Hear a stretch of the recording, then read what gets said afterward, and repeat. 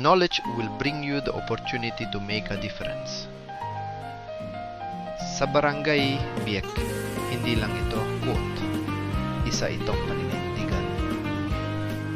Ngayong pasukan, isinakatuparan ng Sangguniang Kabataan ng Barangay Biek sa pangguna ni SK Chairman Dan Carlo Macaraeg ang programang Balik Eskwela 2025.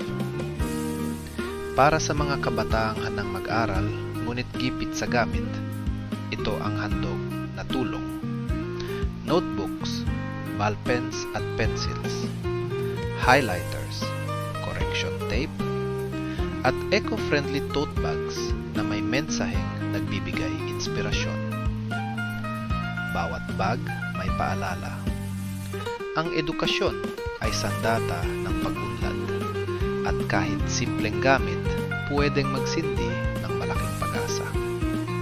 Ang mga kabataan, mga magulang, at ang buong Barangay Biek nagkaisa para sa isang layunin.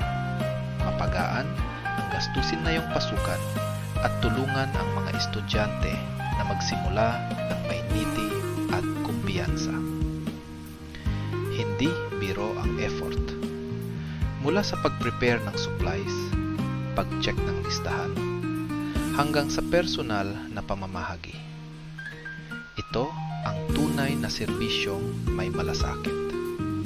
Salamat sa lahat ng tumulong, nag-donate, at naglaan ng oras.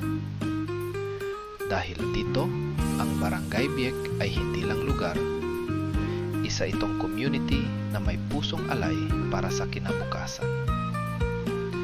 Gusto mo bang ma-feature din ang inyong barangay?